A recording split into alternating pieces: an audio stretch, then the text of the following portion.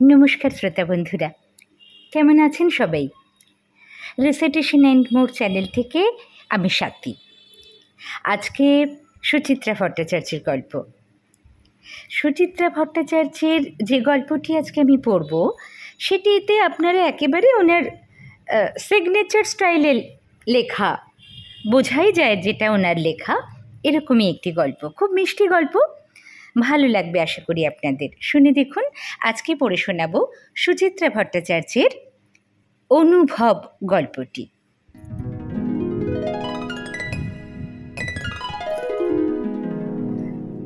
ডালের হাতা বাড়াতে গিয়ে থমকে গেলেন প্রতিমা। এখনও নির্মাল্যর সুপ্ত পর্ব চলছে। পাতে লেগে থাকা ঝোলটুকু কাঁচিয়ে নিচ্ছেন নির্মাল্য। এক মনে আঙুল চাটছেন। এক মনে না আনমনে? এইবার বেআই মশাইয়ের ধরন যেন অন্য রকম লক্ষ্য করছেন প্রতিমা। বড় শান্ত চুপচাপ ধরনের হয়ে গেছেন নির্মাল্য। দুর্গাপুর ইস্পাত কারখানার প্রাক্তন ডেপুটি চিফ ইঞ্জিনিয়ার যেন এখন অতীতের মলিন ছায়া। আগের মতো গমগম হাসি নেই, হঠাৎ রসিকতা নেই। 3 বার ডাকলে একবার সাড়া পাওয়া যায়। 5-10 মিনিট আগের কথা বেমালুম ভুলে যান। সাধারণ প্রশ্ন করলে ফ্যাল তাকিয়ে থাকেন। বুড়ো বয়সে বউ মরে গেলে পুরুষ মানুষের কি এই দশাই হয়? প্রতিমা গলা খাঁকারি দিয়ে প্রশ্ন করলেন, হ্যাঁ, শুক্তোটা ভালো হয়েছে বেআই মশাই? নির্মাল্য নড়ে চড়ে উঠলেন। অতি উত্তম, আহা যেন অমৃত। দেব আর একটু? না থাক, ভালো জিনিস অল্পই ভালো, বেশি খেলে ভালোর স্বাদ মরে যায়। উল্টো দিকের চেয়ারে শীতাংশু ডালের প্রতীক্ষায় ভাত ভেঙে বসে। টেরচা চোখে বেয়াইকে দেখতে দেখতে তিনি বলে উঠলেন, এত ভালো লাগলো? আমার তো মনে হলো তো একটু বেশি হয়ে গেছে। তাই নাকি? না না, একেবারে মাপাতে তো মাপা নুন মাপা মিষ্টি, সবই মাপা। শীতাংশু বাঁকা হাসলেন। তাহলে বোধহয় আমারই জীবের দোষ। বটেই তো সারাটা জীবন যে লোক বউয়ের ত্রুটি খুঁজে বেড়ান, তাঁর আর এছাড়া কী বা মনে হবে? সাধে কি প্রতিমা রান্নাঘরে যাওয়া ছেড়েছেন? পোস্ত একেবারে আলুনি করে ফেলেছ। বাঁধাকপিতে মনখানেক চিনি ঢালার কি দরকার ছিল? নাদা আলু দিলেই কি তরকারি ভালো হয়? এই তো সব মন্তব্যের ছিরি। গতকাল পর মাত্র কটা দিনের জন্য ছেলের শ্বশুর এসেছেন বাড়িতে। পোলাও, মাংস, কালিয়া, কাবাব নয়, রোজ একটা কি দুটো নিরামিষ পদ স্বহস্তে রেঁধে খাওয়াচ্ছেন প্রতিমা। সামান্য নারকেল কুমড়ি কি মোচার ঘণ্ট কি শুক্তনি, তাই সোনামুখ করে খেয়ে স্ত্রীহারা মানুষটা একাধটা প্রশংসা বাক্য উচ্চারণ করছেন। অমনি টিপ্পনি শুরু হয়ে গেল। প্রতিমা হঠাৎ করে স্বামীর পাতে ডাল ঢেলে দিলেন। গোমরা মুখে বললেন, বেগুন ভাজা দেব? প্রাণ চাইলে দেবে। তোমার তো আবার সতেক প্যাক না, লম্বা ফালি চলবে না, কালো হয়ে গেলে মুখ ভেটকাবে। শীতাংশুর থালায় অবহেলা ভরে ভাজা বেগুন ফেলে আবার নির্মাল্যর প্রতি মনোযোগী হলেন প্রতিমা। কানে লেগে থাকা ক্ষণপূর্বের স্তুতির রেশটুকু ফেরাতে চাইছেন। মুখ হাসি করে বললেন, আপনার আবার বেশি ওই কচু ঘেঁচু শুক্তোকে কেউ অমৃত বললেন না। আমি বলি। নির্মাল্য সরল উত্তর। আপনার বেয়ান চলে যাওয়ার পর থেকে এসব রান্না আর জোটে কই। কোথায় বেয়ানের রান্না, কোথায় আমার? অমন করে বলছেন কেন? আপনার বেয়ানের হাত একরকম ছিল, আপনার আরেক রকম। দুটোই ভালো, তবে দুরকম। হ্যাঁ, একজনেরটা চিনি, অন্যজনেরটা গুড়, দুটোই মিষ্টি, কি বলেন? কড়া চোখে স্বামীর দিকে তাকালেন প্রতিমা। টুকুস চিমটি কেটে শীতাংশু নির্বিকার হ্যাঁ হাসছেন। সামনের মানুষটা তাঁর ব্যঙ্গে ব্যথিত না উদাস সেদিকে ভ্রুক্ষেপই নেই। খাওয়া দাওয়ার পাট চুকিয়ে ঘরে এসে শীতাংশুকে ধরলেন প্রতিমা। তোমার কি আক্কেল গো? অভাগা মানুষটাকে অমন হুল ফুটাও কেন? শীতাংশু হাই তুলতে দিবানিদ্রাকে আহ্বান জানাচ্ছেন। অলসভাবে বললেন, খারাপ কি বলেছি? আগেও তো কতবার এ বাড়ি এসেছেন, এমন গদ গদ প্রশংসা তো কখনো শুনিনি। কেন, তখন বউ পাশে থাকতো বলে? ছি ছি ছি ছি ছি, কি ভাষা! বেচারার বউ মারা গেছে, এখনো বছর ঘোরেনি। তো তার জন্য তোমার রান্না নিয়ে আদিক্ষেতা মেনে নিতে হবে? প্রতিমা চিড়বিড় করে জ্বলে উঠলেন। আমার রান্না নিয়ে দুটো ভালো কথা বলা মানে আদিক্ষেতা? নিজের মুখে মধু নেই বলে? মধুবাক্যে গলে গেলে গিন্নি, শীতাংশু বিছানায় গড়ালেন। শোনো, নির্মাল্য দস্তিদার মহাধূর্ত চিজ, ওটা তোমার প্রশংসা নয়, ঘুরিয়ে নিজের ছেলের বউয়ের নিন্দে করা। আরে বাবা, সে বেটি আজকালকার মেয়ে, কেন বসে বসে শ্বশুরের জন্য শুক্তো ঘন্ট রান্না করতে যাবে? ওর নিজের মেয়ে যাবে, ওর নিজের মেয়ে রাঁধে? জন্মে কোনো দিন শ্বশুর শাশুড়িকে তাদের পছন্দের পদ করে খাইয়েছে? কি প্যাঁচ, কি প্যাঁচ! জিলিপির ঠাকুরদাদা অমৃতি এমন প্যাঁচুয়া লোককে সামলে কি করে যে 40টা বছর ঘর করলেন প্রতিমা! এদিকে কুটকুট করে ছেলের বউয়ের নিন্দে করবেন, ওদিকে তার সামনে একেবারে আদর্শ শ্বশুরটি। বাবুসোনা হওয়ার পর চাকরি করা নেই নূপুরের সঙ্গে প্রতিমা যখন খটাখটি বেঁধে গেল, অমনি উনি রামমোহন বিদ্যাসাগর সেজে গেলেন। লেখাপড়া জানা মেয়ে ঘরে বসে শুধু সংসার আর বাচ্চা সামলাবে নাকি? করবে, নিশ্চয়ই চাকরি করবে। বাবুসোনাকে দুম করে বোর্ডিং স্কুলে পাঠানোর বন্দোবস্ত করে ফেলল নূপুর। বেচারা প্রতিমা নাতির জন্য মন পড়ে একা একা দিন কাটতেই চায় না। দোষের মধ্যে দোষ, ফস করে একদিন নূপুরকে বলে ফেলেছিলেন, একটা মাত্র ছেলেকে বাড়ি থেকে বিদায় না করে দিলে কি চলছিল না? বাপ রে, সঙ্গে সঙ্গে কর্তার কি মেজাজ! ও ছেলের মা, ছেলের ভবিষ্যতের কথা ভেবে যা ভালো বুঝেছে তাই করেছে, তুমি কথা বলার কে হে? এই বেআই মশাইয়ের কথাই ধরা যাক না। পিঠের ব্যথায় কষ্ট পাচ্ছেন, দুর্গাপুরে অনেক ডাক্তার বুদ্ধি করেছেন, আসানসোলে গিয়ে বড় অর্থোপেডিক দেখিয়ে এসেছেন, কিছুতেই কিছু হচ্ছে না। মেয়ে বাবাকে কলকাতায় এনে স্পেশালিস্ট দেখাবে, তো এ তো ভালো কথা। কিন্তু প্রতিমাকে আগে একবার জানাতে কি কষ্ট ছিল? প্রতিমা জানলেন কখন? না বেআই মশাই কলকাতায় পা দেওয়ার পর। এর জন্য একবার অভিমান প্রকাশ করতেই কর্তার কি ধমক! বলি, বাপটা কার, তোমার না নূপুরের? তার বাপকে ডাক্তার দেখানোর আগে তোমার অনুমতি নিতে হবে? সেই লোক ঘরের কোণে বসে এখন ছেলের বউয়ের উচ্চ গাইছে। প্রতিমা যদি একবার মুখ ফুটে নূপুরকে কিছু রাখতে বলেন, অমনি তো খিচিয়ে উঠবেন। সারাদিন অফিসে খেটে খুটে এসে মেয়েটা আবার হেসেলেও ঠুকবে। লোক বটে একখানা, একজনকে দেখলেই শ্রীকৃষ্ণের বিশ্বরূপ দর্শন হয়ে যায়। প্রতিমা মনে মনে জুৎসই জবাব তৈরি করছিলেন। আবার শীতাংশুর গলা কানে উড়ে এলো, কি ধ্যান করছো বসে বসে? বেআইএ সার্টিফিকেটটা কোথায় জ্বলাবে? ওটাকে মাদুলি করে পড়ো। আপাতত একটু গড়িয়ে নাও, অনেকক্ষণ রান্নাঘরে কাটিয়েছ, এরপর তো আবার কোমরে ব্যথা, হাঁটুতে ব্যথা, এই করে তড়পাবে। প্রতিমা ঝেঁঝে উঠলেন, হ্যাঁ, বেআই মশাই পাশের ঘরে আর আমরা এখানে জোরে শুয়ে নিদ্রা দিই, লজ্জা সরম তো কিছু নেই। লজ্জা সরম? আমরা দুর্গাপুর গেলে বেআই বেআন বুঝি সারাক্ষণ আমাদের মুখের সামনে মুখ লাগিয়ে বসে থাকতেন? ভুলে যেও না, তখন বেআন ছিলেন। তবে আর কি, যাও বেআইয়ের সামনে গিয়ে তাতা থিয়া নাচো। নিজে ঘুমোও না, আমাকে নিয়ে পেঁচাল পারছো কেন? ড্রেসিং টেবিল থেকে চশমা নিয়ে খবরের কাগজ হাতে খাটের কোণটিতে বসলেন প্রতিমা। উল্টোচ্ছেন এ পাতা সে পাতা, হেডিংগুলো দেখছেন। হিমালয়ের কোন শৃঙ্গে উঠেছে বাংলার কয়েকটি মেয়ে, বাহ বাহ। সর্ষের তেলের দাম আবার চড়ল, কোনো মানে হয়? প্রেমিক প্রেমিকা যুগল আত্মহত্যা, মরণ, বেঁচেছিলি কেন একদিন? বধূ হত্যার দায়ে শাশুড়ি হাজতে, সর্বনাশ, কোন প্রতিমার কপাল পুড়ল? প্রতিমা ঝুঁকলেন কাগজে, মন দিয়ে খবরটা পড়ছেন। চশমার পাওয়ারটা ঠিক নেই, ঘরের অল্প আলোয় ভালো মতো ঠাউর হচ্ছে না লেখাগুলো। উঠে আলো জ্বালতে গিয়েও নিরস্ত হলেন। চোখে সামান্যতম আলো পড়লেই ঘুম ভেঙে যাবে শীতাংশুর, অনর্থ শুরু করে দেবেন। কাগজ হাতে ঘর থেকে বেরোতে গিয়েও দাঁড়িয়ে পড়লেন প্রতিমা।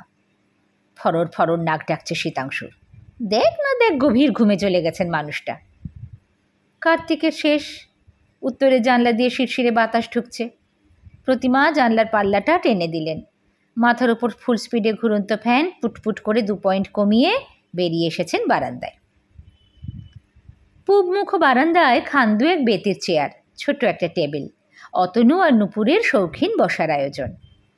একধারে শীতাংশুর ইজি চেয়ারও আছে। হেমন্তের দুপুরে এ বারান্দা ভারী আরামের।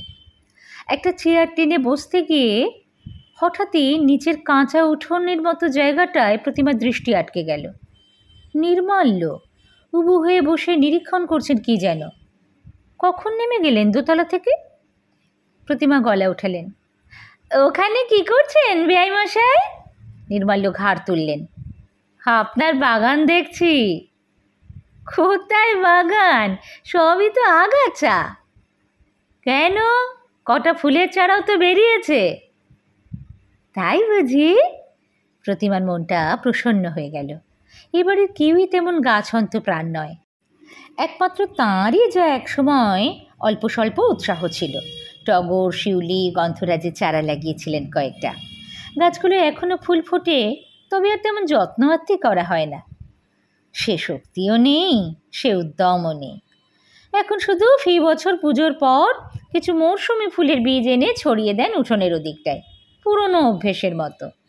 অযত্নে অবহেলায় বেশিরভাগই সূর্যের মুখ দেখতে পায় না। 2-4টে গাঁদা বেঁচে যায় কচিত কখনো। হিলহেলে শরীর নিয়ে লিকলিক বেড়ে ওঠে। নবীন সোনালি ফুল উঠোনে আলো হয়ে যায়, বেশ লাগে দেখতে। এবছরও তবে ফুটবে কয়েকটা। পায়ে পায়ে প্রতিমা একতলায় নেমে এলেন।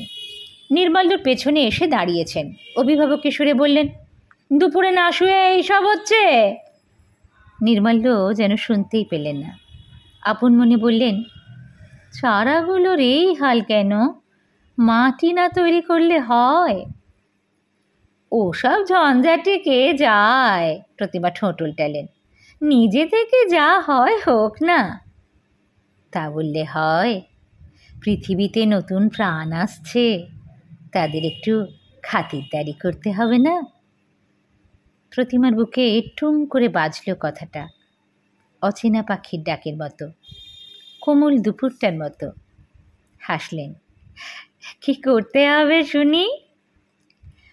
খুরপি টুরপি কিছু একটা দিন, মাটি ঝুড়ো করি, আগাছা সাফ করি। খুরপি কোথায় পাবো? নেই? তাহলে একটা লোহার শিক গোছের কিছু। সেকেন্ডের জন্য প্রতিমা ভাবলেন, আছে কি? আছে তো, বাথরুমে চৌবাচ্চার মুখ চেপে আটকানোর জন্য। আনতে গিয়ে খুঁজে পেলেন না। বাসন্তীর মা কোথায় যে রেখেছে। রান্নাঘর হাতড়ে শেষে স্টিলের খুন্তিটা নিয়ে এলেন প্রতিমা, সঙ্গে একখানা কাটারিও। গভীর মনোযোগে মাটি খোঁড়ায় নেমে পড়েছেন নির্মাল্য। দেখতে দেখতে বেশ খানিকটা মাটি গুঁড়ো হয়ে গেল। প্রতিমাও কোমর বেঁধে নেমে পড়লেন। হাতে ঘষে ঘষে ঝুড়ো করছেন মাটি। সেই মাটি ফুল গাছের গোড়ায় চেপে চেপে দিচ্ছেন নির্মাল্য। কাটারি দিয়ে ছেঁটে ছেঁটে দিচ্ছেন আগাছা। কাজ করতে করতে কথা চলছে দুজনের, গাছের কথা, ফুলের কথা, এলোমেলো কথা। নির্মাল্য বললেন, এ তো বেশ ভালো জাতের গাঁদা, ফুল প্রায় টেনিস বলের সাইজে হবে। প্রতিমা বললেন, কই হয়, আমি তো এইটুকুটুকুই দেখি। ফুলের জন্য খাটতে হবে, সার দিতে হবে, জল দিতে হবে। জানেন তো, গাছ কখনো বিট্রে করে না। আপনি গাছের কথা ভাবুন, গাছও আপনার কথা ভাববে।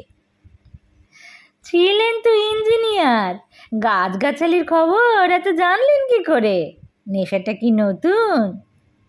নেশা বলছেন? গাছ কত ভালো সঙ্গী জানেন?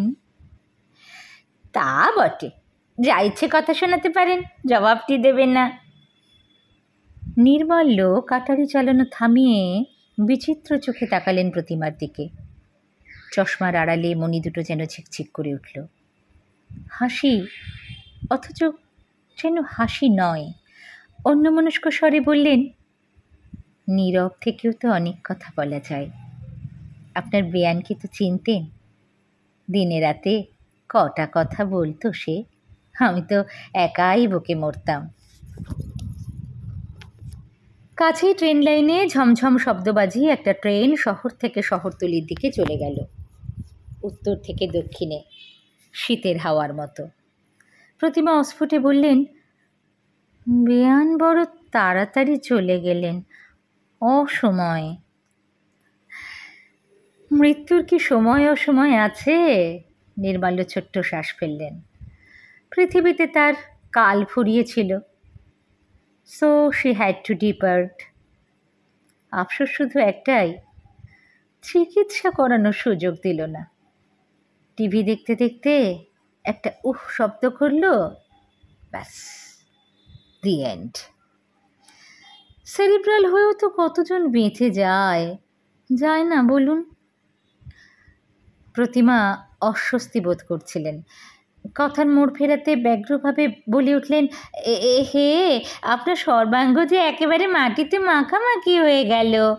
নির্মাল্য কাটারি রেখে উঠে দাঁড়ালেন। হাত ঝাড়ছেন, পাঞ্জাবি ঝাড়ছেন, হাতের পিঠ দিয়ে কপাল মুছছেন। বাড়ির এদিকটা থেকে অনেকক্ষণ রোদ সরে গেছে, তবু ঘেমেছেন বেশ, শেষ কার্তিকের দুপুরেও। মানুষটাকে দেখে প্রতিমার ভারী মায়া লাগছিল। কেমন আলাভোলা ধরনের হয়ে গেছেন, আত্মমগ্ন। আঁচলে আলগা হাত মুছে নিয়ে নির্মাল্যর পাঞ্জাবির পিঠ ছেড়ে দিলেন প্রতিমা। তখনই দোতলায় চোখ চলে গেল। শীতাংশু। 4টের সময় চা না দিলে শীতাংশুর দিবানিদ্রা ভাঙে না, আজ উঠে পড়েছেন যে বড়। সন্ধে নামার মুখে মুখে ফিটফাট বাবুটি সেজে শীতাংশু তৈরি। ঘর থেকেই হাঁক দিলেন, বেআই মশাই রেডি তো? নির্মাল্য দোতলার বারান্দায় শীতাংশুর ইজি চেয়ারে বসে বসেই সাড়া দিলেন, আজ আর বেরোবো না ভাবছি।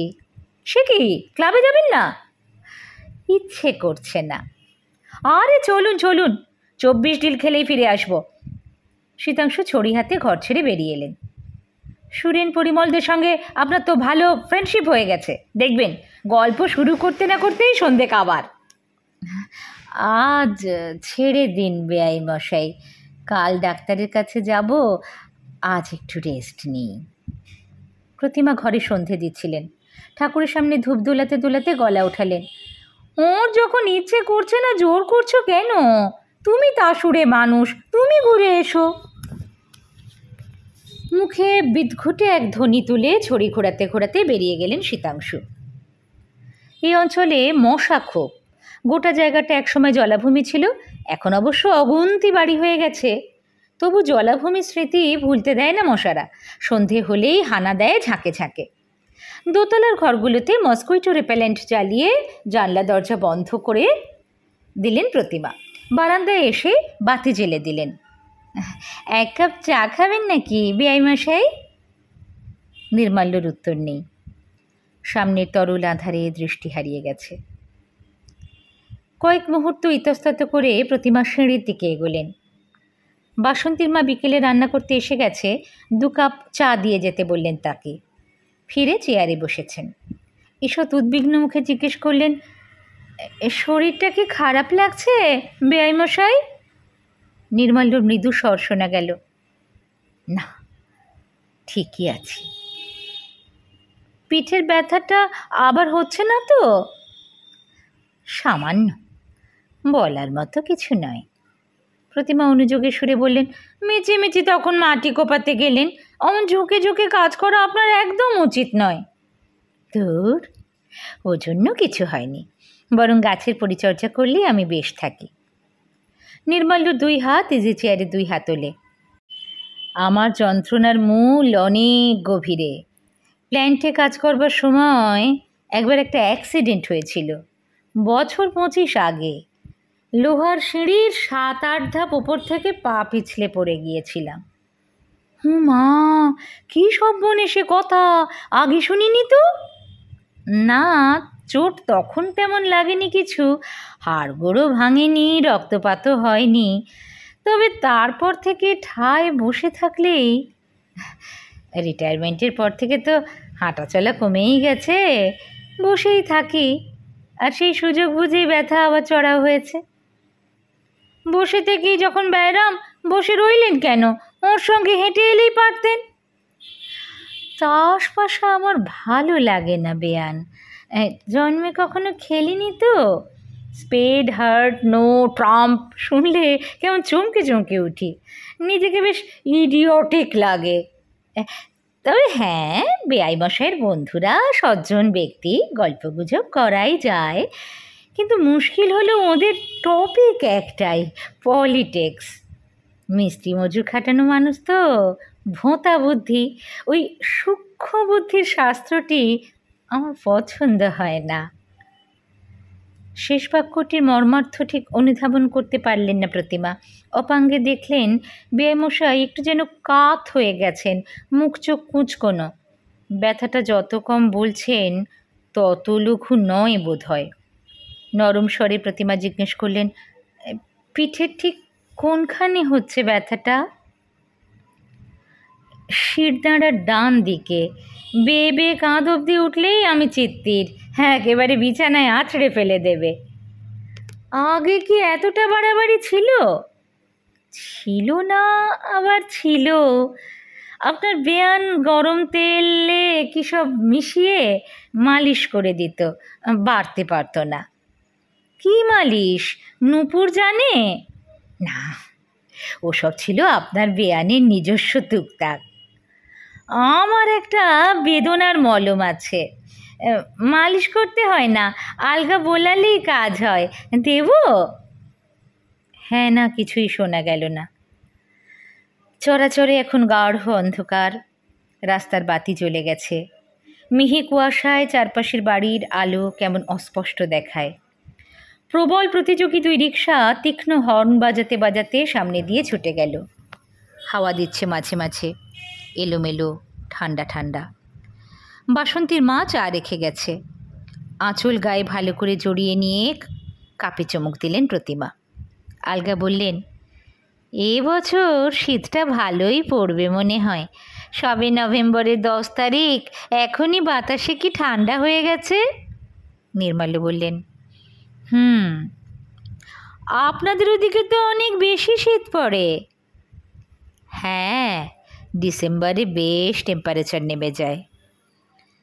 কথাটা বলেই নির্মাল্য একটুক্ষণ চুপ, তারপর বললেন, আপনার বেয়ান বড্ড শীতকাতুরে ছিল। 2 মাস তো একেবারে জবুথবু হয়ে থাকতো। প্রতি বছরই বলতো এ শীতটা আর কাটবে না। গত বছর কথাটা ফলে গেল। প্রতিমা জিজ্ঞাসা করতে পারলেন না সেরিব্রালের সঙ্গে শীতের কি সম্পর্ক। হয়তো নির্মাল্য বলবেন মৃত্যু ভয়ই সেরিব্রাল টেনে এনেছে। কোনো কথা বলাই এখন বিপদ। নির্মাল্যর সব কথাই এখন ঘুরে ফিরে স্ত্রীতে চলে যায়। কথা ঘোরানোর জন্য প্রতিমা বলে উঠলেন, তা আপনি এখন একটা পাতলা পাঞ্জাবি পরে আছেন কেন? গায়ে একটা চাদর আলোয়ান কিছু জড়ান। কিছু লাগবে না, ঠান্ডা আমার বেশ লাগে। লাগুক, তবু একটা কিছু গায়ে দিন। হিম পড়ছে, এ সময়টাই অসুখ বিসুখ হয় বেশি। Easy chair. আবার নীরব। প্রতিমা চা শেষ করে উঠে পড়লেন। নির্মাল্যর ঘরে গিয়ে চাদর আনতে কেমন বাঁধো বাঁধো ঠেকল। এসেছেন নিজেদের ঘরে। শীতাংশুর তুষের চাদরটা হাতে নিয়ে 1 সেকেন্ড ভাবলেন কি যেন, তারপর ড্রেসিং টেবিলের দেরাজ থেকে মলমটাও নিয়ে ফিরে এলেন বারান্দায়। টিউব আরাম কেদারার হাতলে রেখে বললেন, লাগিয়ে নিন চাদরটা, তারপর জড়িয়ে নেবেন গায়ে। কথা শেষ হতে না হতেই সিঁড়িতে পায়ের শব্দ। ছড়ি হাতে আবির্ভূত হলেন শীতাংশু। প্রতিমা অবাক হয়ে বললেন, এর মধ্যে তোমার 24 ডিল হয়ে গেল? ধুস, কেউ আসেনি। ছড়ি টেবিলে শুয়ে চেয়ারে বসলেন শীতাংশু। একা একা কতক্ষণ মাছি মারবো? আশ্চর্য, তোমার তাস বন্ধুরা ডুব মেরেছে। সূর্য আজ কোন দিকে উঠেছিল গো? শীতাংশু দুম করে চটে গেলেন। কেন, তারা কি একদিন বাড়িতে রেস্ট নিতে পারে না? না তুমি না বলো তাস খেলায় তোমাদের বিশ্রাম, প্রতিমা খোঁচালেন। শীতাংশু গুম হয়ে গেলেন। মুখ খুললেন সেই রাতে, শোয়ার পর, মশারি গুঁজতে গুঁজতে। ঘর ঘরে গলায় বলে উঠলেন, টিউব শেষ। প্রতিমা গ্লাস উঁচু করে জল খাচ্ছিলেন, হালকা বিষম খেলেন। কিসের টিউব? ন্যাকা সেজো না, আমার কি চোখ নেই? গোটা মলমটাই কি বেআইয়ের পিঠে ঘষা হয়ে গেল?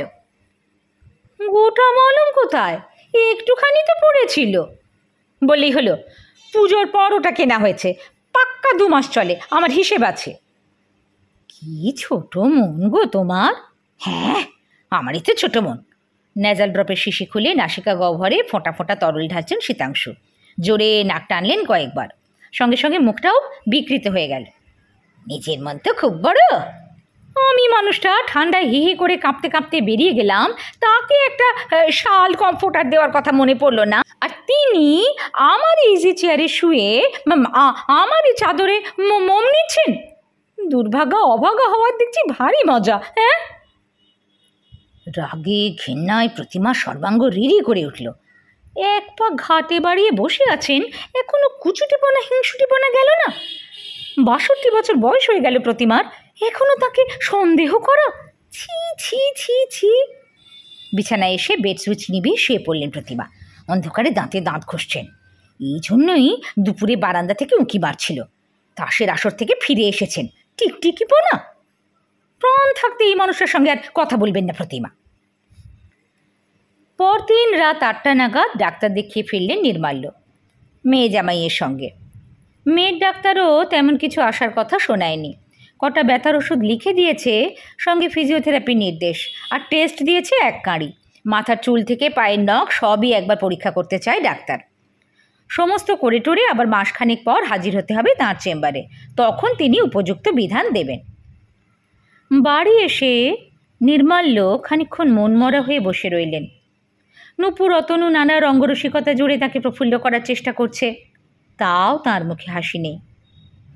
অবশেষে ম্লান মুখে ঘোষণা করলেন, কালই ভোরে তিনি দুর্গাপুর ফিরতে চান। বাড়ির জন্য তার মন কেমন করছে। প্রতিমা ভেতর থেকে কেমন সিঁটিয়ে গেলেন। মনের মধ্যে একটা ক্ষীণ সংশয় উঁকি ঝুঁকি দিতে লাগলো। কাল রাতে তাঁদের স্বামী স্ত্রীর সংলাপ কি কানে গেছে নির্মাল্যর? যেতেই পারে। বেয়াক্কেলে লোকটার তো কোনো মাত্রা জ্ঞান নেই, সব কথাই উঁচু পর্দায় বলতে ভালোবাসে। নাকি শীতাংশুর ব্যবহারে আহত হয়েছে নির্মাল্য? এও সম্ভব। শীতাংশুর যা চ্যাটাং চ্যাটাং কথার বহর। কিংবা নির্মাল্য নজর করেছেন শীতাংশু প্রতিমার বাক্য বিনিময় বন্ধ হয়ে গেছে। বেআই মশাই নিজেকে যতই ভোঁতা মস্তিষ্ক বলুন, তাঁর বুদ্ধি খুব প্রখর। আলাভোলা হতে পারেন, শিশু তো নন। কুটুমের কাছে মান সম্মান কিছু রইল না। কি লজ্জা, কি লজ্জা। অনেক রাত অবধি প্রতিমা 2 চোখের পাতা এক করতে পারলেন না।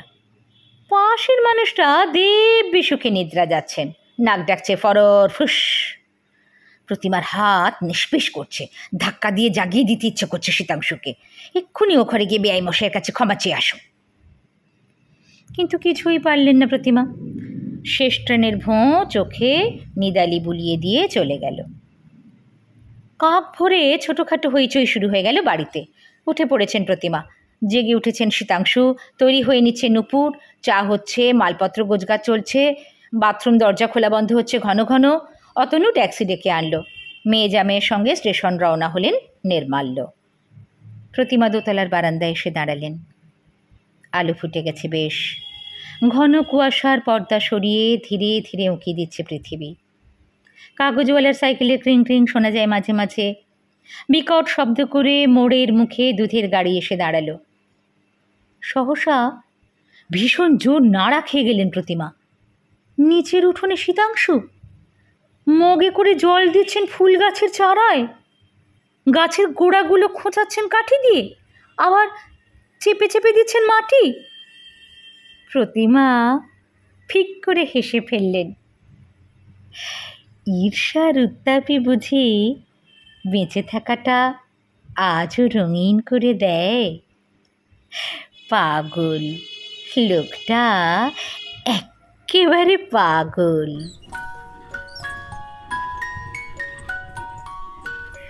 শুনছিলেন সুচিত্রা ভট্টাচার্যের মধ্যবয়স্ক দাম্পত্যের এক মিষ্টি অনুভূতির গল্প অনুভব। কেমন লাগলো আপনাদের জানাবেন।